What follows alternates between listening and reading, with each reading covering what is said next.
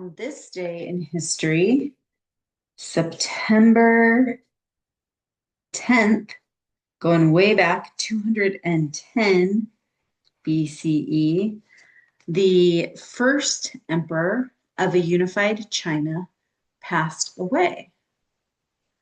And he was famous and infamous. And sometimes in my history classes, I like to talk about the difference. I'm going to draw his portrait, starting with like a U shape for his face here, which is going to be a bust, like head and shoulders. But Emperor Qin Shi Huang has a beard. So to make that U, I'm going to do that with these quick, short lines here that come across and make a U shape. And I'm kind of low.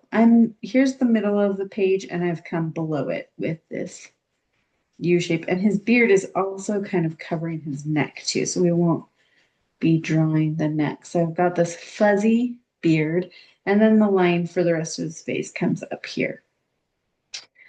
All right, and he is going to be wearing a traditional emperor's crown. Now he's the first emperor. So it's going to be Mian Fu.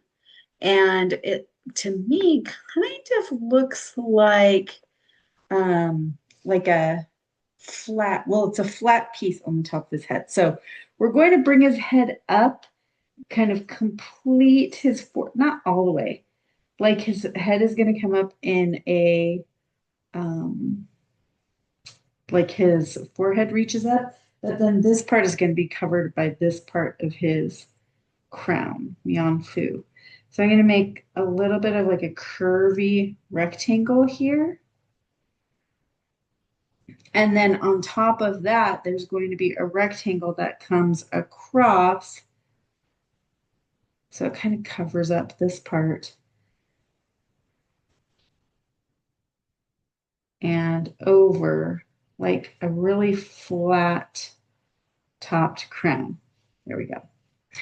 And it has a lot of ornateness to it, including dangling beads. So I'm going to make these like lines of beads coming down.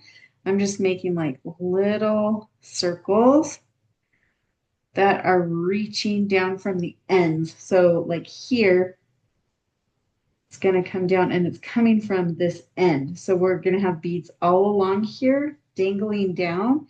But back here, you just see these lines getting shorter and shorter because they're hanging from this end. All right, so we've got those hanging down and these hanging down. So making like a little C shapes, little circles, just to show these beads coming down. Sometimes it looks like just a little squiggly. Sometimes I'm trying to make a circle. Here's a fun fact about me. I have a pin. I don't know if you can see that scar. I have a pin in my wrist. I'm right-handed. I have broken my right wrist and I have a pin in there holding it together. And sometimes it just kind of doesn't do what I tell it to do. So don't take for granted when your body parts do what you ask them to. All right, so we've got a head here. We've got a fun beard. I'm going to make his shoulder so his neck would come here, but it's hidden by his beard. And we're going to go over, around, and down with his shoulders. And right here, I'm going to make like a Y shape, kind of hovered by his beard, and then comes down like that because he's wearing like a robe, a fancy silk robe. And then right in the middle of this, so his head is here. He probably has some hair just right kind of towards the back of his head. I'm going to add some hair here.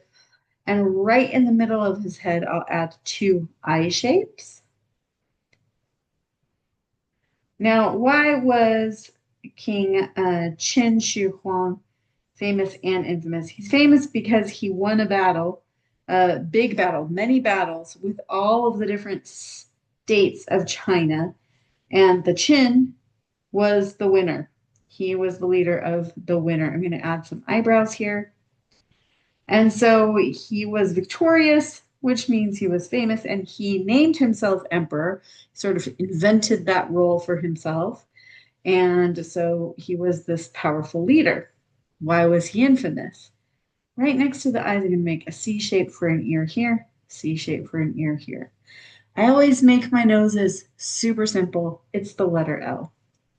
And then he's also going to have a fun mustache. So somewhere in between this beard and his nose, we're going to give him just a little circle for a mouth. And I'm going to fill this area with a mustache, all those little short lines here, and a little bit of beard under here as well. All right. And then I'll give him some designs. I'm going to add some colors that I'm going to fill this top part of his crown. It's a very interesting crown. I'm going to fill that with black, but I'm also going to add some like gold details too. Okay, so what made him infamous? He was a very famous ruler, but what made him infamous, in my opinion, is that he chose, there's lots of ways that rulers can choose to get and maintain power. Now, obviously, he got power through war. Now, that happens sometimes, and a leader can still choose peace after. Say, okay, I won the war, it's peace time now, and this is what that's going to look like. This is how we're all going to get along.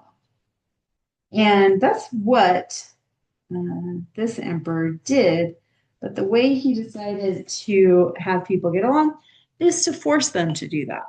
Okay, how do you force people to get along? I'm just going to add gold in here. All right. Well, the way a lot of leaders do is to threaten them, to say, do this or else, do this or else you will be in trouble. And that's what Emperor Qin did. He told the people that they needed to give up their books, that they weren't allowed to read anymore because he didn't want them to share ideas that would endanger, his idea of what China should be. I'm gonna give him some brown. I'm gonna give him brown eyes and then also brown hair and brown beard, but I'm gonna mix that brown and black together because I want to differentiate between the black of my Manfu, the crown here, but the crown is black and his hair is pretty black too. So I'm going to mix brown and black for the hair just so they don't look exactly the same, just so they have some little tones. That's just, I like mixing colors together and kind of making things look a little bit different. So I'm going to do that here in the hair. All right, so usually when people are forced to do something, when they're not allowed to share ideas, their weapons were confiscated. They weren't allowed to talk badly about the government. And usually when that happens, it's not an unusual thing in world history for leaders to threaten their people. But usually when it happens at some point, sometimes it's not right away. Sometimes it is even lots and lots of years, but usually people find a way to rebel.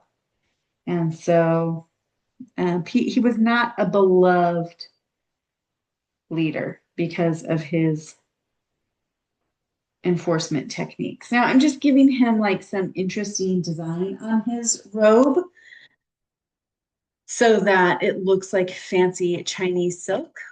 But one of the, besides a unified China, besides all those states coming together and being one unified China, he also began construction of something we can still see today. He began the construction of the Great Wall of China. Now, it took a very long time to build, so he did not live to see it finished, but it was his idea. And that's today in history.